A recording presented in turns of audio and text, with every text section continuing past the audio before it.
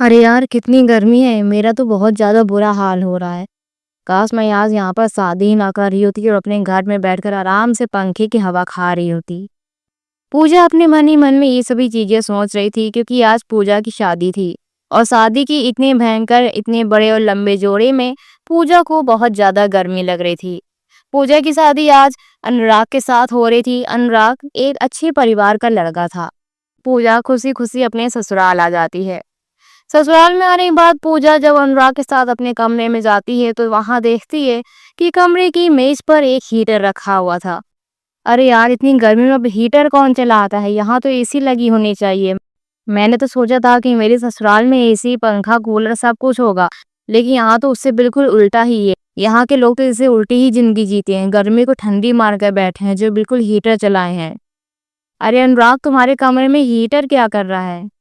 अरे पूजा, मैं तुम्हें बताना भूल गया। मुझे ना गर्मी में बहुत ज़्यादा ठंडी लगती है, इसलिए मैंने अपने कमरे में ये हीटर रखा हुआ है और मुझे ठंडी हवा से बहुत ज़्यादा एलर्जी है। इसलिए मैंने अपने कमरे में ये हीटर रखा हुआ है, जिससे मुझे बहुत ज़्यादा राहत मिलती है। अनुराग की बात सुनकर पूजा मन ही मन में बहुत ज़्यादा गुस्सा भी हो रही होती है, क्योंकि पूजा को ठंडी हवा चाहिए थी, जो कि उसको कमरे में नहीं मिल रही थी। ऐसे ही करते-करते रात हो गई और पूजा अब अपने कपड़े बदल कर बेड पर सोने जाती है। वैसे ही पूजा देखती है कि अनुराग बेड पर सोया हुआ था और उसके बगल में वो हीटर भी चालू था। अरे, अब तो अनुराग हीटर चलाकर भी सोता है। लगता है अगली सुबह तक तो मैं मर ही जाऊंगी।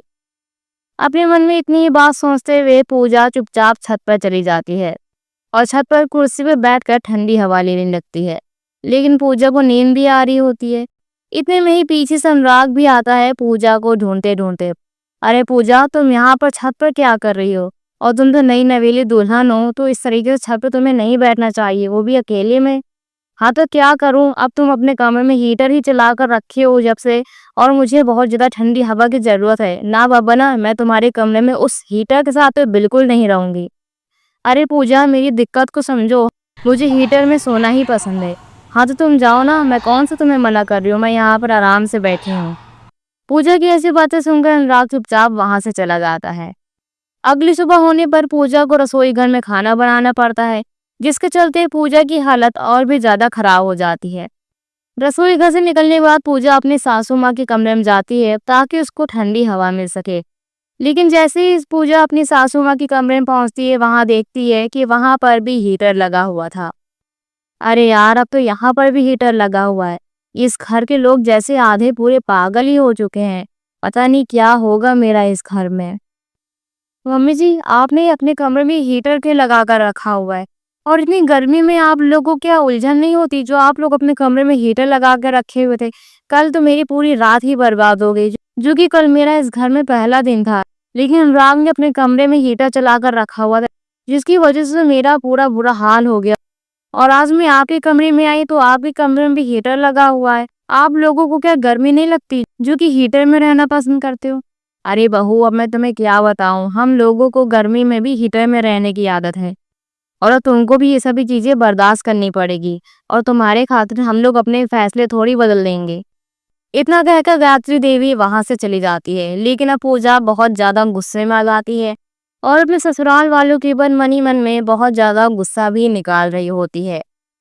लेकिन अब पूजा को हीटर में रहने वाला ससुराल मिल चुका था, जिसके बदले में पूजा कुछ भी नहीं कर पाती थी। और ऐसे ही अगले दिन आता है और अगले दिन भी पूजा को रसोई घर में फिर से खाना बनाना पड़ता है। इसके चलते पूजा की हालत और भी ज्यादा खराब होती जा रही थी। रसोई घर का काम निपटाने के बाद पूजा बाजार जाती और अपने लिए एक पंखा लेकर आती है और उसको अपने कमरे के एक कोने में रख देती है। लेकिन जब अनुराग अपने कमरे में आता है और वो पंखा देखता है तो उसको बहुत ज्यादा ठंडी लगने लगती है और वो पंखा तोड़ देता है। पंखा टूटने की आवाज सुनकर जब पूजा अपने कमरे में आती है तो अनुराग के ऊपर बहुत ज्यादा गुस्सा करने लग जाती है। इतने में ही गायत्री देवी भी आ जाती हैं। अरे पूजा, जब तुम्हें एक बार मना कर दिया तो क्या तुम्हें एक बार की बात समझ नहीं आती? हम लोगों ने कहा ना कि इस घर में कोई भी पंखा नहीं आएगा और तुम्हें भी हम लोगों के रंग में ही रंगना होगा और ऐसे ही रहना होगा जैसे हम लोग रहते हैं। लेकिन पूजा मन ही मन में बहुत ज्यादा गुस्सा हो रही थी। ऐसे अगले दिन आता है और घर में सभी लोग पूजा को ढूंढने लगते हैं। गायत्री देवी सुबह से पूजा पूजा पुकार रही थी क्योंकि अभी तक उनको उनका नाश्ता नहीं मिला था। लेकिन पूजा पूरे घर में कहीं भी नहीं मिल रही थी। तभी सब लोगों को ये एहसास होता है कहीं पूजा अपने मायके तो नहीं चली गई, क्योंकि यहाँ पर पूजा को बहुत ज़्यादा गर्मी लगती थी और इसी वजह से पूजा अपने मायके भी जा सकती है। इतने में अनुराग और गायत्री देवी पूजा के मायके जाते हैं और वहां देखते हैं कि पूजा अपने मायके में ही थी। पूजा के ससुराल वालों को देखकर पूजा की माँ बहुत ज्यादा गुस्से में आ जाती हैं और उनके ऊपर भड़क जाती हैं। न जाने वो कौन से मनहूस खड़ी थी जब मैंने अपनी बेटी को आप लोगों के पल्ले बांध दिया।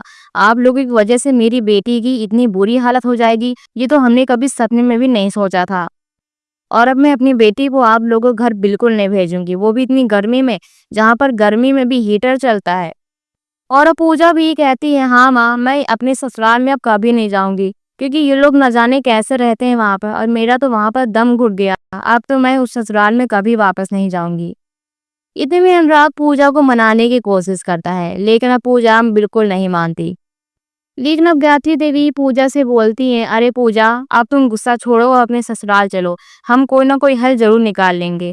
तभी गायत्री देवी पूजा से कहती हैं, अच्छा तुम एक छोटा सा पंखा कमरे के सिर्फ अपने हिस्से में रखना, जितने हिस्से में सिर्फ तुम सोती हो, और दूसरे हिस्से में अनुराग का हीटर चलेगा, जिससे ना अनुराग को परेशानी होगी और ना तुम्हें परेशानी होगी। अपनी सासू माँ की बातें सुनकर पूजा बहुत ज्यादा खुश हो जाती है, क्योंकि पूजा जो कि हमेशा अपने मायके में नहीं रह सकती थी और उसको ससुराल कभी ना कभी तो जाना ही था। इसलिए पूजा अनुराग के साथ खुशी खुशी ससुराल जाती है और वहां पर अब ठंडी हवा भी लेती है, क्योंकि अब उसके कमरे के हिस्से में उसका ठंडा पंखा उसको ठंडी हवाएं देता था। तो दोस्तों, आपको आज की ये कहानी कैसी लगी, अपनी राय हमें कमेंट बॉक्स में ज़रूर दीजिए।